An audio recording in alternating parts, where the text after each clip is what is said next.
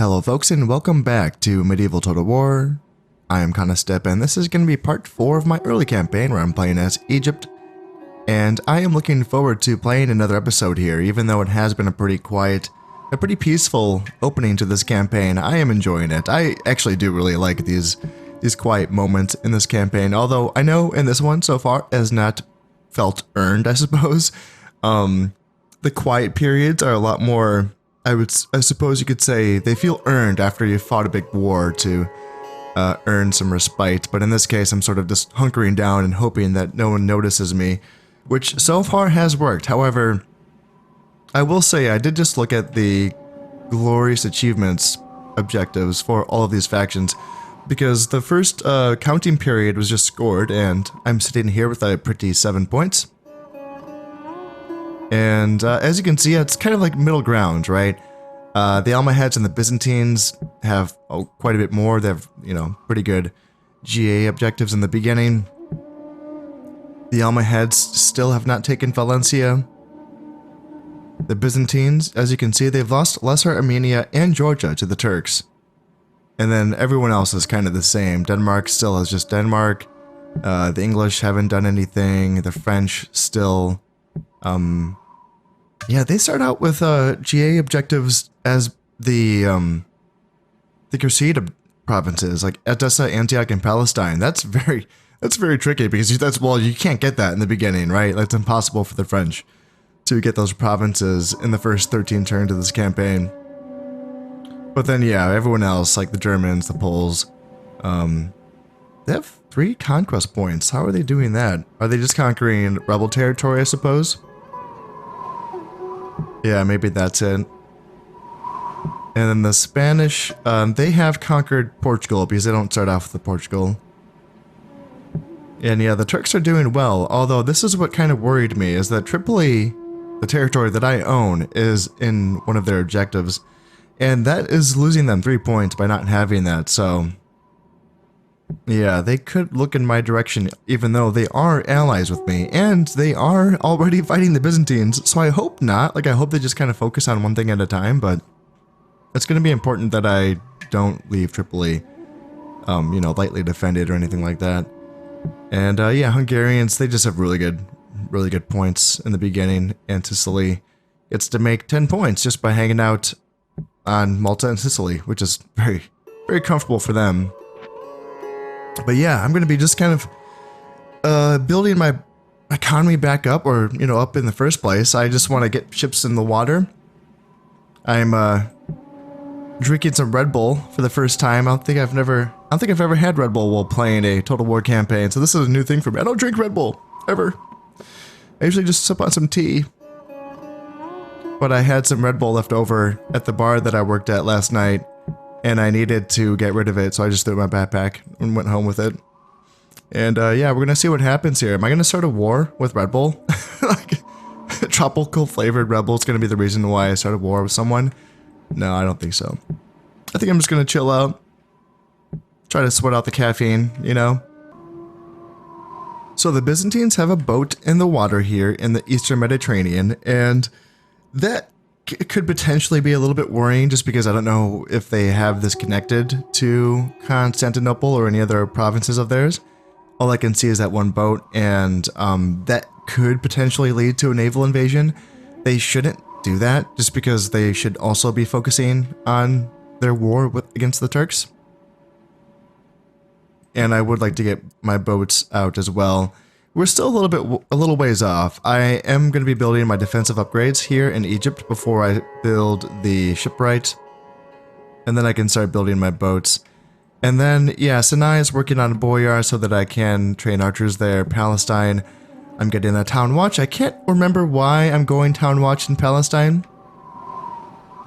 Yeah, I'm not sure. I'm going for keep in Tripoli. That's a long investment. That's at least 7 more turns before that is finished here. So I need to make sure I hang on to Tripoli for another 7 turns just so I can get that keep out. And Antioch, just because I have this place lightly defended, I'm just going for really short-term buildings, buildings that only take a couple of turns to build, essentially, is going to be the idea here in Antioch. And then Arabia is going for siege engineer so I can get some naphtha throwers. And I think Arabia, since all of my other provinces do border the Mediterranean, I think there's going to be the idea, I think, is that I want all of these provinces to eventually be able to build boats so that I can just pump them out. All of these provinces, 1, 2, 3, 4, 5 provinces just pumping out boats. And then Arabia can kind of be like my low-key, like, I don't want it to be my long-term troop producing facility, you know, like for the campaign as we get into the mid and late game. Just because it's not on the water itself, it's not going to be able to provide troops quickly to other, you know, points in my empire. But in the early game, I'm thinking, since all of these early game troop producing buildings only take just a little bit of time to build, and it's also pretty cheap, I can kind of just stack them all here in Arabia and use Arabia as like an early game troop production facility, you know, spears, archers, camels, whatever, you name it, right? Maybe even some agents down here, maybe even some like, I can start like maybe getting, like I can maybe build a mosque here and I can start training alims so that I can get religious agents scouting out the map. Just so that all of these provinces can just go just really hardcore into the boat building industry. That's kind of the idea, I think. And then, you know, in the mid game, maybe Arabia can just be used for like spies and assassins or something. I don't really know, but yeah, for now, I'm thinking like, yeah, let's just use them. Look what I can do. I can do desert archers, urban militia, camels. Yeah, so let's just keep doing desert archers for now. They're a little bit better than regular archers. Not by much. The shooting values, the shooting statistics for all of the archer units are the same. They essentially are using the same bow, I suppose. It's a little bit too bad. It's a missed opportunity, you know, because the devs could have give the archers, you know, different accuracy ratings or different reload ratings depending on the archer unit, but no, they all have the same stats basically. Longbows are different, obviously. The English longbows are a different unit, but all of the other basic archers, like the desert archers, the Bulgarian brigands, the Genoese sailors, the Trebizond archers, they all have the same shooting stats, which is just kind of like, yeah, it's a little bit vanilla, but they kind of make up for it in the sense that they have different like melee and morale, some different speed, different defense, stuff like that, I guess differentiates from between the units, which it's not a lot, but it's a little bit. So for instance, for the desert archers, it's probably the archer variant that's closest to the original basic archer. And it's kind of, you can kind of see in just the cost, right? It's only 25 florins more than a basic archer. So you're not getting that much more from it, but you can tell by the unit card that it does have a small shield on its arm. And that's going to be giving, so small shields give +1 defense and +1 armor to the unit.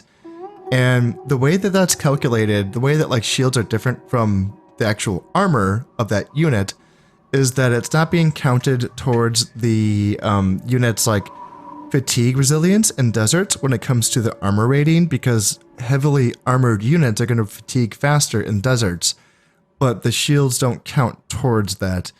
The other way that shields are separate from the armor value is that they don't count towards the armor value when they're fighting up against units that have a bonus versus armor. So you're fighting up against a unit like with an axe or a halberd or a polearm or something. Those are bonus versus armor units, which the higher the armor value, the higher the attack value of that attacking unit, but shields do not count towards that armor value. So those are some ways that shields are, you know, valuable, right? And a little bit different and separated from the armor values. So a small shield that you're going to see on like, you know, archers or javelin units, all the cavalry shields as well are considered small shields, and they're all going to give +1. And then you will find in a lot of spear and swords units, they will have large shields, which give +2 armor and defense. And then the Pavis units, the specific Pavis units for crossbows and arbalesters, that Pavis is going to give +3 armor and defense, which is, it's quite significant, right? So yes, the Desert Archer obviously has a small shield. other than that, their morale is also a little bit higher than a basic archer, and then their speed is higher as well. Not their marching speed, but their running speed and their charging speed is going to be a bit faster than a regular archer. So, you know, it's overall not, these aren't big differences. If you end up in a skirmish duel between a desert archer and a regular unit of archers, the desert archer will win. But that's not that decisive. You know, you don't really need to be counting on archer duels to win you a battle, typically. If you are, you might be fighting incorrectly. There's better ways to win, is what I'm trying to say. They can skirmish a bit better. They can run away a bit better if they're trying to, like, you know, kind of skirmish other infantry units into certain parts of the battlefield. They can kind of draw them out a bit better. They are decent route chasers as well. If they're chasing other infantry, just because they're a bit faster, they can kind of do a decent job of that as well. But overall, just treat them as slightly improved versions of a regular archer, basically. So yeah, Arabia and Sinai will be doing that in the beginning, I think, is getting archers going. We're still doing spears here in Egypt, I think, and let's see, Sinai can keep working on some urban militia for now, and we can't train just peasants, that's fine. Yeah. Okay, and then we're working on, so for buildings, I think is everyone building stuff? Yeah, everyone's building stuff. Okay, that's fine. So the idea is to, I think for now, I still want this to be up to a full stack. Tripoli, just because I kind of feel like the Turks are looking in my direction, and one of the reasons why I feel that suspicion is because there's a Turkish emissary hanging out in this province. Now, I'm adding these things together, right? I know that Tripoli is an objective for the Turks. And in addition to that, we are already allies. There's no reason for a Turkish emissary to be talking to my Sultan, right? Yeah, and, you know, he's here anyway, right? This is something that I've suspected going back to Shogun 1, which is that I feel like the AI... I think that a lot of players of these games incorrectly assume that the AI knows everything, and I think the AI at least likes to act like it doesn't. Now, we do know that the AI's turn goes after the human player's turn, so that they can react to what you've done. Yes, we know that, but I think that they still do desire to possess intelligence. You know, some intelligence gathering before they make their decisions, and at least they go through the moves, the you know, the form of what it looks like to gather that intelligence. And in many cases, that involves spying with agents, right? And this is what I see a lot of times. I feel like a lot of times I feel like they won't attack if you are assassinating constantly and you're staying vigilant and you're assassinating all of the agents that they sent to your provinces. Now, obviously, that only counts for the agents that are visible, emissaries and princesses, and the religious agents.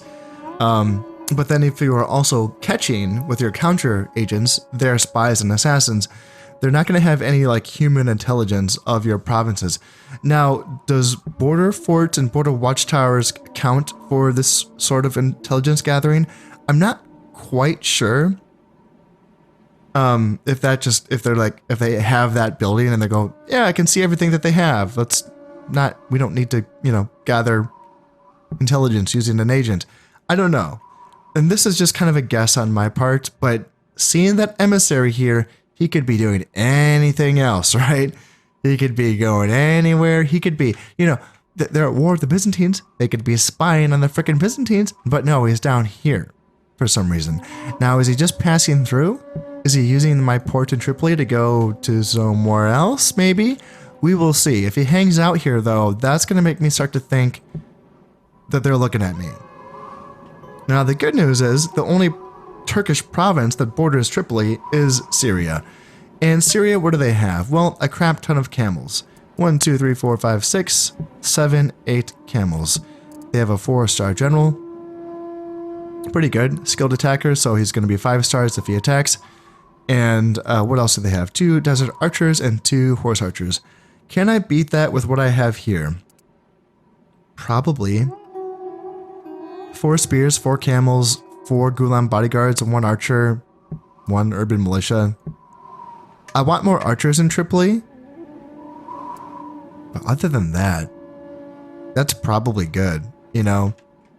So yeah, let's get some more of these desert archers up into Tripoli. And then once Tripoli's looking good with a full stack, no more, just a full stack, then let's build out another stack for Antioch. Just so that I can feel more comfortable about holding this. And once I feel comfortable with holding this, then I can start building these bigger buildings, you know, that take 8 turns to build. I don't want that to be interrupted. Same here in Tripoli. I don't want this to be interrupted either. So this could get a little bit complicated because if I am attacked in Antioch, fine, right? I can just hang out and garrison my fort. But then I need to respond with an army from Tripoli, leaving Tripoli garrisoned by 2 peasants. So if Antioch is attacked by the Turkish forces in Edessa and Lesser Armenia, that leaves the Syrian army still just hanging out, looking at Tripoli.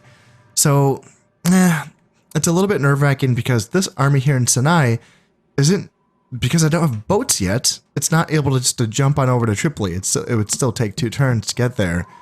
So that's a little bit nerve-wracking, and it is. It makes me wonder if I should put this stack into Palestine. At least until this keep is finished being built. You know, because the threat from the Almohads, I think, is non-existent. They have the same troops in Cyrenaica that they've always had. They've trained 1 peasant. That's it. That's all they've trained. Now, I want to keep my defenses in Egypt still low, because I don't want the Almohads to match my build-up. But I am tempted to put this stack in Palestine just so that I can support Tripoli in case of an attack on Antioch. That's kind of what I'm thinking. Yeah. We have to sort of balance our forces carefully here just so that there's no obvious immediate openings. I want the Turks to focus on their war with the Byzantines. You know, I want this to look like a solid united front that really gives them no decent openings so that they can pour all of these forces into the Byzantines. So far they're doing well. They've taken 2 provinces, but I want to see them do better or do more. And I kind of want to just have this emissary hanging about and have him continue to spy. So let's just keep you in this region here, and then this emissary up here. I want him to continue, let's see. I've never had a Catholic princess marry into a Muslim faction. This makes it seem like that's possible, but I feel like it's never happened. I'm going to try this just so that I can find the king by asking her this. He's now going to automatically find the German king, and then I can just ask him for a regular alliance after that. I just want to get alliances with all of the crusading or crusading capable Catholic factions, just so that the first Catholic faction that declares a crusade/war against me loses some influence. That's kind of all I'm doing with this emissary. So far, I do have alliances with the Italians and the Aragonese. So now I want the Germans, the Spanish, the French, and the English, and even the Sicilians. I want all of them to be my allies, just so that whichever one declares that first war is going to lose a little bit of influence. I think that would be kind of funny. Okay, I think I'm comfortable with this for now. So let's get a move on here. Yeah, let's see. I think the only factions that are at war with each other are the Turks and the Byzantines. Yeah, no one else has started any wars. So let's drop a save and let's see. Also, since this is going to be the year 1101. This is going to be a turn after the GA objectives were discounted, and that means that there's going to be a chance that, oh, this poor guy. Oh no. This is the, oh damn, this is that, that historical general, Amir El Ghazi of Aleppo. I still haven't looked him up, but, strange. -1 morale, -10 happiness. That sucks. Oh god, that's a bad one for someone who I was sort of counting on to hold down Egypt at least, you know? Oh, that's brutal. That's brutal. Alright, so let's see. Byzantine army here in Anatolia, yeah. 7-star fucking Jesus. Prince Alexius, goddamn. The Byzantine family members are no joke. They're just insanely good. This isn't the emperor. This is just a guy. This is the prince. One of the princes, you know? Oh, God. You know, it makes you wonder, like, how did the Turks even take 2 provinces off the Byzantines when they have this force, you know? Even this, like, you know, Trebizond archers, Byzantine infantry, spears. You would think this army is just made to counter the Turks. You know, what do they have? Like, what, 5 horse archers and 1 peasant? Is what, holding off that? Are you out of your mind? You know, like, what's going on? Oh, man. Yeah, hopefully. So, like, since they have this boat in the Eastern Mediterranean, if they wanted to, they could, like, come down here and skip Lesser Armenia. They could attack, you know, Antioch or Tripoli with that army, which is pretty scary. But this is what I was saying before, how the objectives will change, or like essentially update the turn after you get your points scored. So it's always worth checking in again to see if anything's changed. In this case, so yeah, this has always been funny to me. It's so you also get a point. So what is it? So I had 3, 1, 2. So that's 5 points. 5 points for home. Where did the 7th point come from? Or did I lose? I think I lost a province objective. I think that's what happened. Yeah, that must be what happened, because I think there was at least like 2 more. What was it? I think I was getting points off of all of my provinces. And now I'm only getting points off of Egypt, which is 3, and then Arabia and Sinai, which is giving me 1 each. And I think the idea with that is that since it's the year 1101, essentially all of this has been lost historically to the Crusader states in this time point. So yeah, Sinai, Arabia, and Egypt would be the only like Egyptian, or in this case, the Fatimid Caliphate provinces, right? And Arabia is kind of a stretch. I think it's mostly just like Sinai and Egypt. Yeah, interesting. That's pretty brutal. Just going down to like 4 points. Oh god, that's tough. So that's how Egypt starts to fall behind. What's also interesting though is how like, so conquest is counted even for the provinces that you already own. Yeah, conquest is always a little bit kind of throwing me off a little bit, but yeah, I guess that's what that means, since I have, what, 6 provinces? 1, 2, 3, 4, 5, 6. And, yeah, 4 points. So, or 4 provinces gets me 1 point. So I guess that's what that means. Yeah. Interesting. Okay. Well, anyway, the important stuff is that the Turks did not attack. Are they building up, though? Are they building up? No, they moved 2 camels from Syria out. So, what do they have here? Turkmen horse, okay. They look scary. So that's like an upgraded horse archer unit, essentially. But yeah, how are like the light early game Turkish armies competing against the Byzantine armies? It's just wild to me. Like, I know I get it compared to, or not compared, but controlled by a human player. Horse archer factions can be very powerful, and I understand that, but in AI warfare, it's just auto-resolve, and the auto-resolve is just the melee stats, is my understanding, which is shitty. That sucks. It does. because it definitely gives some factions a great advantage over others. But this is one of those cases where that seems to sort of defy that. Like, the Turks typically, I feel like, get an early good push against the Byzantines, and I look at like what the auto-resolve would be like, and I'm just thinking, how? How are these, you know, peasants and horse archers pushing back the heavy cataphracts, Byzantine infantry, Trebizond archers? Like, these are some heavy duty, you know, early game units, and the Turks make it work somehow. Power to them. Let's go check out Trebizond, see what's going on over there. And have I found? Did my emissary not even leave the province? That's fun.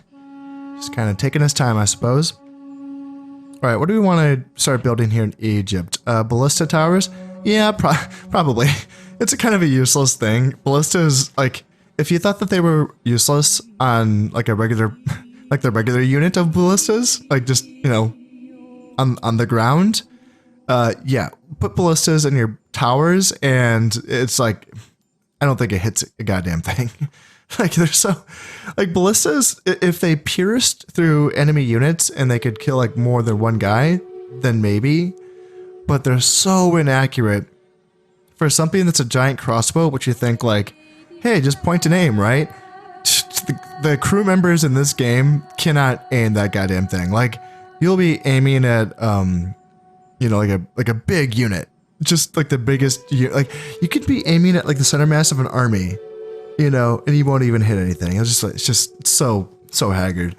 So, ballista towers is probably like a dumb thing to get, but meh, just, why not? Like, you know, let's just get some ballista towers.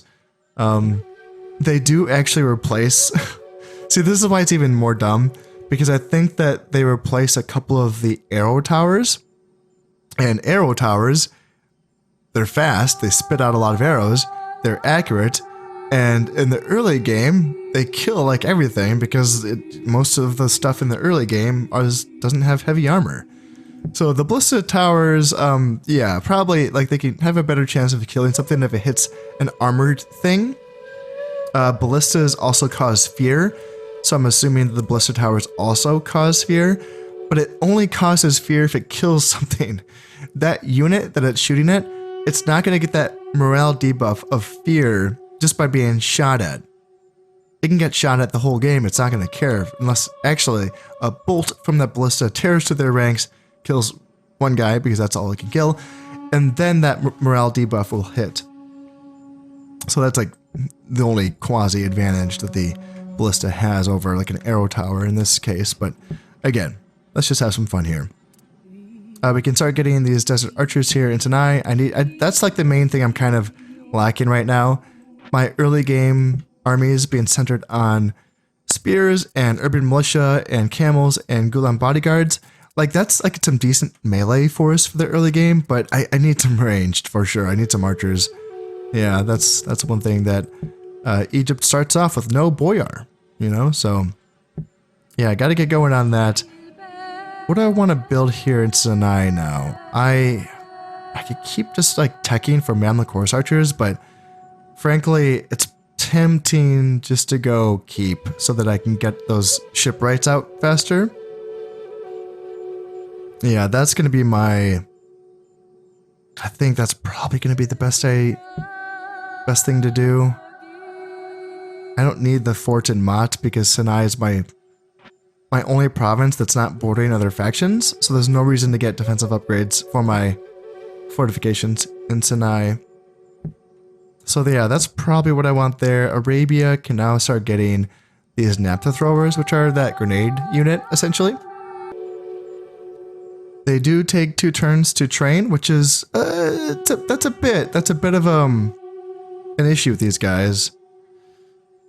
I don't think I'm going to focus on them just yet, because I do want to pump out more archers. I want these guys in my armies.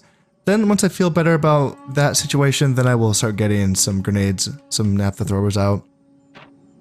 And then as far as buildings go, maybe get a spear maker, just so that I can get every unit possible, like every early game unit possible in Arabia. Yeah. And it's so cheap. The building is just so gosh darn cheap. Why not? Why not? Palestine. Do I just go keep here?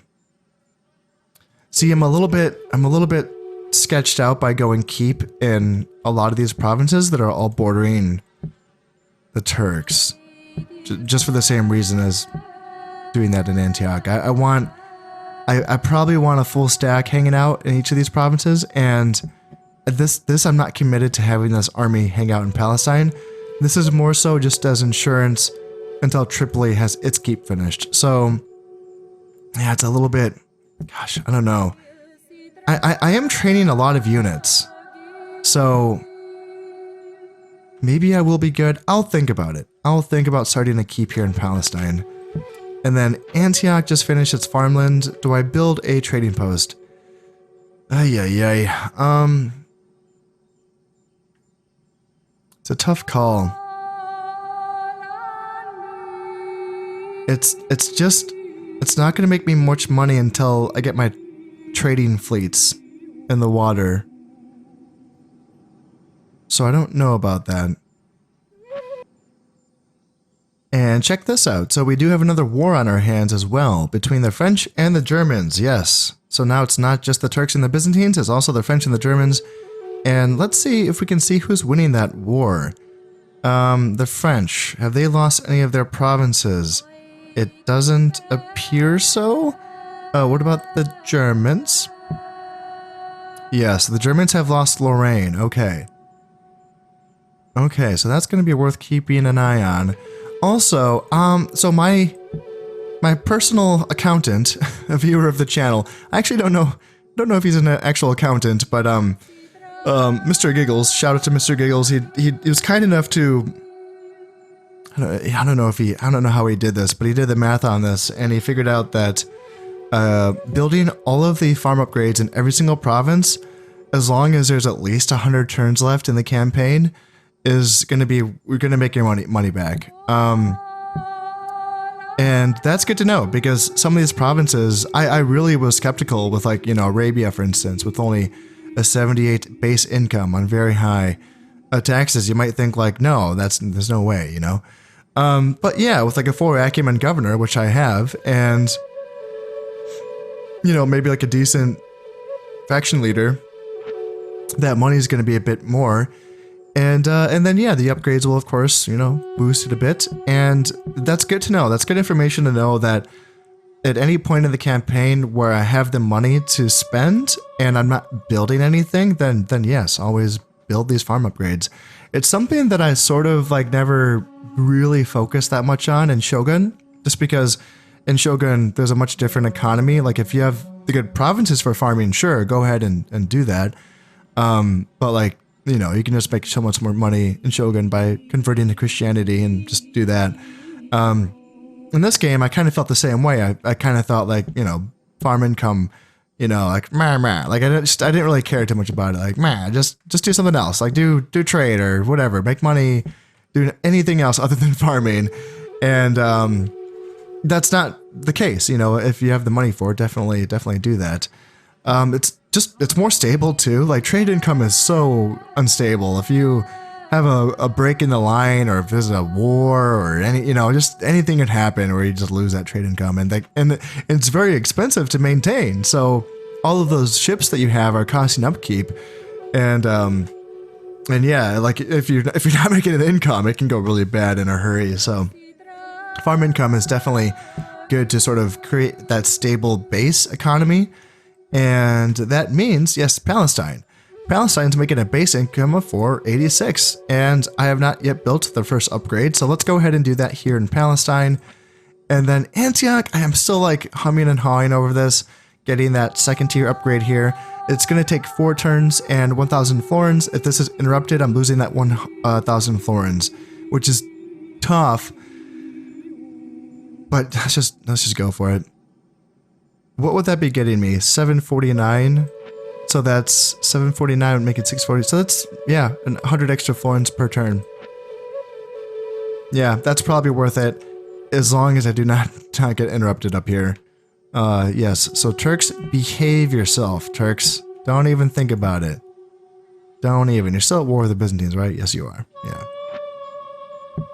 Yeah, so we're going to take a little bit of a risk there. But, I mean, the bottom line is I'm only making 829 per turn. And that number is quickly going to go down as my army upkeep increases, which it is. I want, you know, as I've said, I want essentially 3 full stacks right now is the goal. I want 3 full stacks and essentially Palestine or Sinai and then Tripoli, and then I will send the 3rd stack up to Antioch. And then I can start building out Antioch comfortably with trade income and all that fun stuff. So it could get a little bit tight here, but I think by, you know, investing in that farm income, I think that can kind of give me or help give me just a little bit of a boost. And same here in Egypt as well. I can get that improved farmland here in Egypt. It's probably pretty safe, I would say, to do that.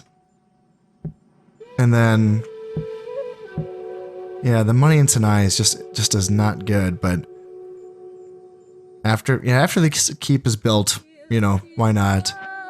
Why not do it? Alright, so I think that's going to be it for this turn.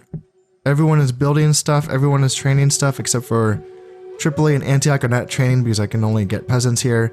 That's fine. But we are getting soldiers being trained in Arabia, Palestine, Sinai, and Egypt. So that should be good. Let's drop a save. Let's end this turn. Let's have another sip of my Red Bull.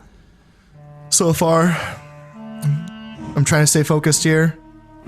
All I can see is wings.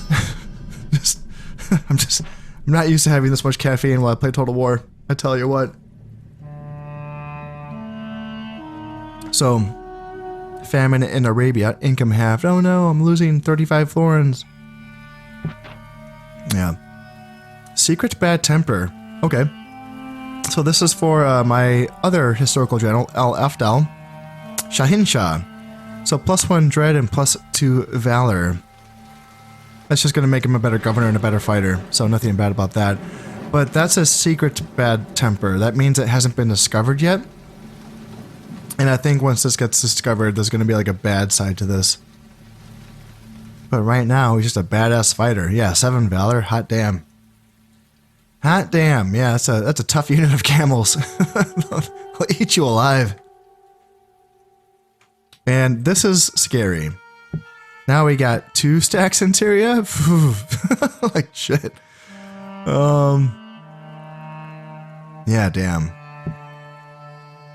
I'll tell you what, I would wish that I had more archers to face off against this many horse archers. Yeah. Yeah, that's a little bit worrisome. So what would I have if they fought me now? I would have 2 units of desert archers in Tripoli. 3. Yeah, it's not good enough. I can bring another archer up here. Another archer up, so I can get 2 more archers up there next turn. That'll bring me up to 5.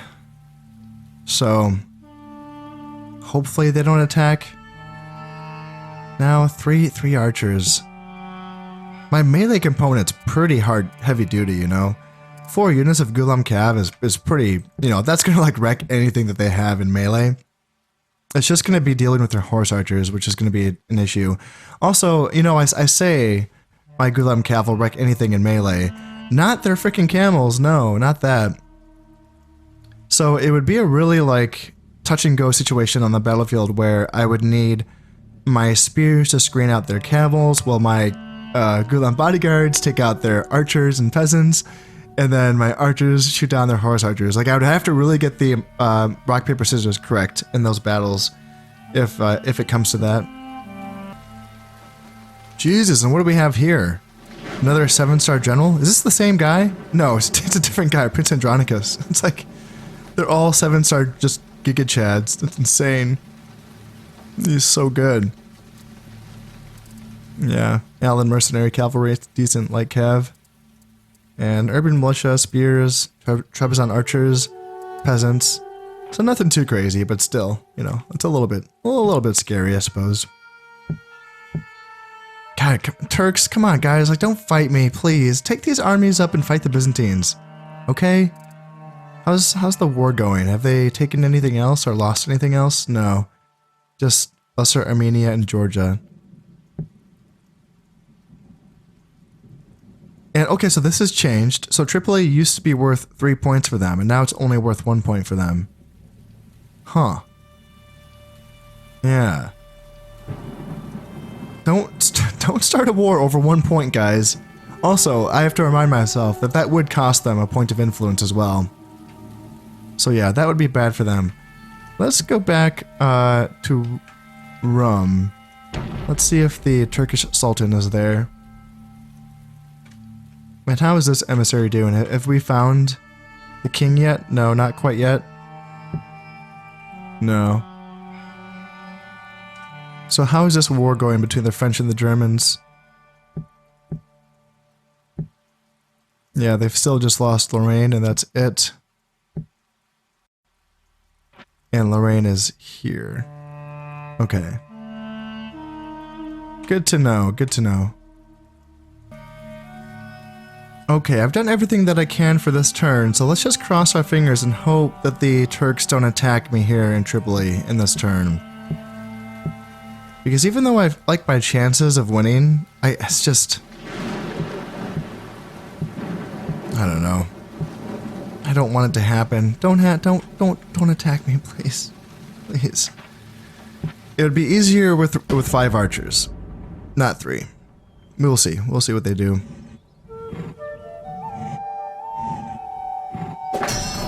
Alright, sweet. They did not attack me. Thank freaking God.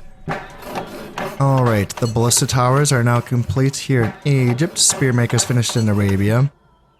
And yes, the Holy Roman Emperor has turned down my marriage proposal, but that's fine. I wasn't expecting him to say yes, I just wanted to find him. Let's see here. Pride. So -2 command, -2 acumen, +3 valor. Ooh, that's a bad one. Well, I mean, he's not a general anyway, so +3 valor is going to make him a badass fighter.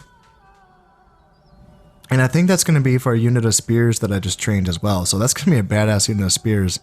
So that's fine, I suppose. And then, yeah, +10 happiness for these 2 governors. That's good. Also, that's good for him, El Ghazi of Aleppo, just because he has that strange trait, which is -10 happiness. So this is going to counteract that. Good, good. Yes, no attacks. Now let's go talk to the... Oh, man. I thought that by...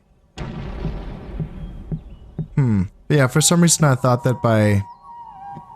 like asking the princess for marriage, he was going to go talk to the king. But I guess he just like tracks her down. Yeah, oops, I guess I should have known that.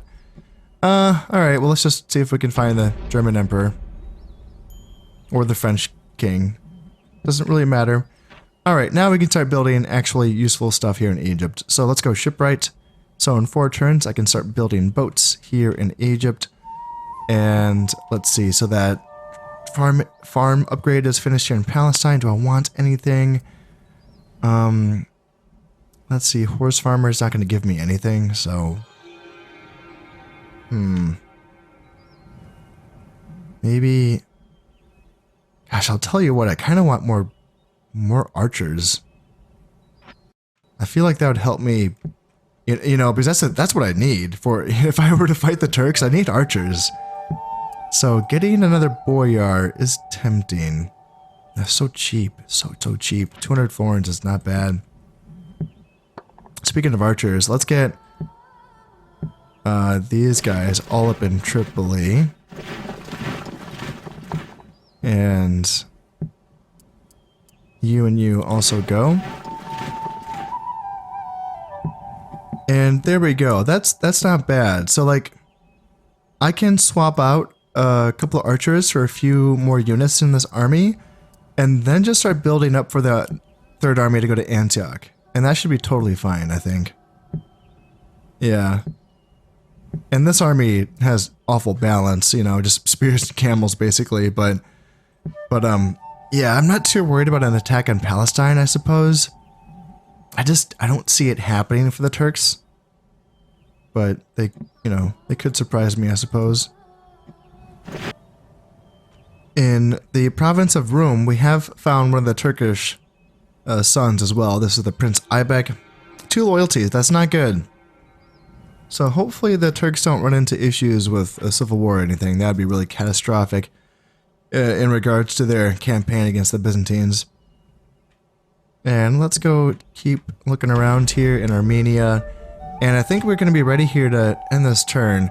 Finances are getting a bit tight, I'm not going to lie. I'm making 671 per turn, and I still have like an extra army I need to build.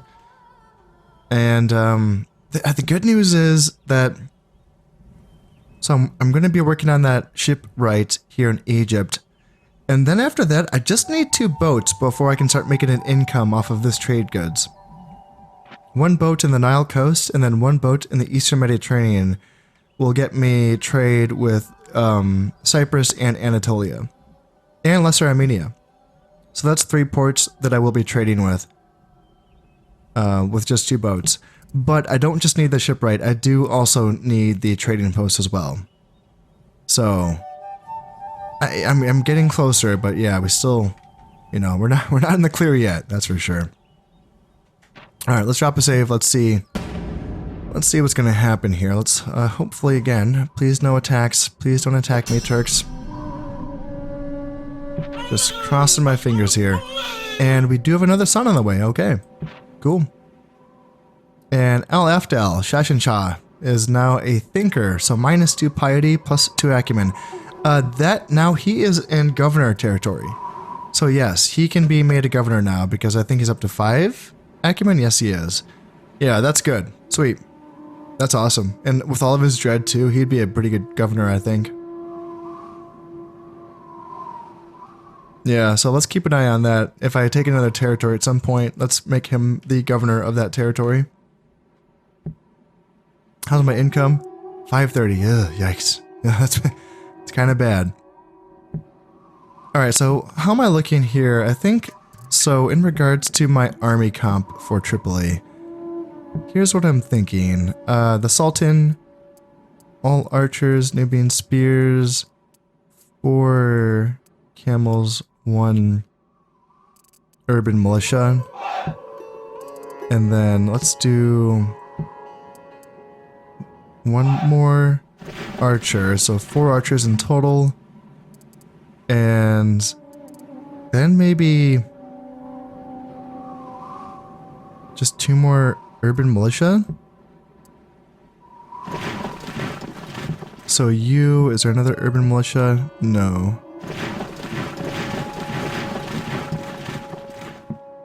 And then would I feel comfortable with that defending Tripoli?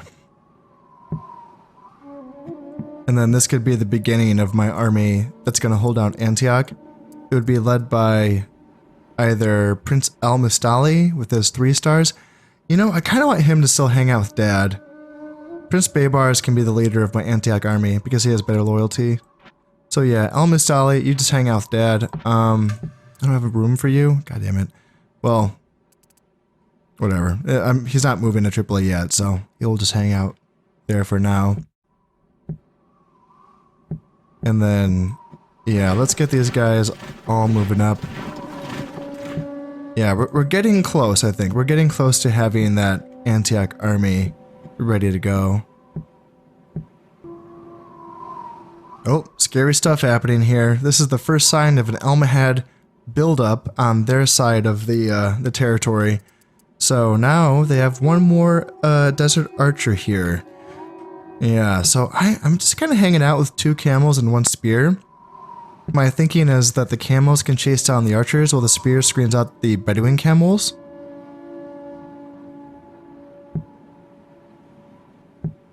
So let's go with that. Also, I have my 4-star general, so and I do have 2 peasants as well. That's not nothing. So I think I'm gonna hang on to that. And again, let's just keep an eye on this, and we will build up to match them, but I don't want to build up to, like, you know, to press them into building up as well. And now it is the next turn, and you know what? I think that after moving my armies around a little bit here, I think I'm ready to go. Next turn, that is. I think I'm ready to move this army up to Tripoli. Yeah, I will be sending Prince Baybars to lead this force here. And he will be bringing these forces of camels and urban militia that I took from my my Palestine army, but with enough reinforcements from Arabia and Sinai, I feel good about Palestine being defended as well. And then, yeah, just leaving my Sultan here in Tripoli with his kind of dodgy looking son, Prince Al-Mistali. Dodgy in regards to his loyalty, that is. And then, yeah, I think that's going to be the play. Finally, in Antioch, I will be able to start working on a keep in the next turn. Let's see, do I start building the trading post now? No, let's hang on to my money for one turn, I suppose. Just because things are getting a little bit dodgy here in regards to money. But yes, I did get my farming income upgrade finished here in Antioch, which feels good, and then Palestine and Arabia, so yeah, those got finished. We're 2 turns away from having the shipwright finished here in Egypt as well. And we can move another Nubian spear up, and let's see here. So do I want to start building, let's see, Arabia, what do I want to build here in Arabia? I think just because money is going to be getting a little bit tight here at the end, maybe just take a teensy little break from building stuff. I'm going to need money for boats and a trading post in 2 turns, which I have, you know, I have 2,600 in the bank, but yeah, I suppose I probably should still keep training archers at the very least, right? I just, they're such a good counter to all of the stuff that the Turks are bringing. So, at the very least, I should be training these guys wherever I can. Palestine, Arabia, Sinai, Egypt. Do I want to take a break from Nubian spears for now, just to save myself from that upkeep? Maybe. I probably have enough spears for now. What do I have here? 4 spears. Plus another... yeah, I have enough spears, I think. Yeah, that's going to be enough spears. And then, do I want camels? Camels, that's enough camels. Yeah, let's just take a little break from camels, I think, as well. And then, do I want to build something in Palestine? Is it time to splurge on the keep? Maybe yes. Maybe this is the big spend that I do. And in the 2 turns that it takes for this shipwright to finish, I will have plenty of money for boats and a trading post. And then I just don't build anything in those 2 turns other than that keep that I start in Palestine. Ooh, I do want to start a keep in Antioch next turn as well. So yeah, maybe that's just what I do. I just do a keep in Palestine, next turn I do a keep in Antioch, and then I will have, you know, barely enough money to like do trading post and boats in Egypt. And we did find the French king before we found the German one, so let's see if we can get an alliance with him. Just to sort of, you know, get him to think twice about sending a crusade in my direction. And as tempted as I am to play another turn or 2, I do know from experience that it can get a little bit dodgy if you're expecting a potential attack from an enemy faction to play that final turn of an episode. Just because if we get a battle, then it's going to continue on for quite a while. Battles in this game can be pretty epic, so if this is going to happen, let's save this for the next episode. As tempted as I am to keep playing, I do really want to get boats in the water, just because that for me tells me that I've made it. Once I have boats in the Nile coast in the Eastern Mediterranean, that indicates that I've made it through the opening, and I'm probably doing pretty well, I think, because then the money will come flowing in, and then I can start making more boats, and it's just going to feel really powerful, and there's going to be this really good spike at that point. So I'm tempted. I'm tempted to play until that happens, but I will have to save that for the next episode. So, yeah, until then, this has been Concept playing Medieval Total War. Thank you very much, and goodbye.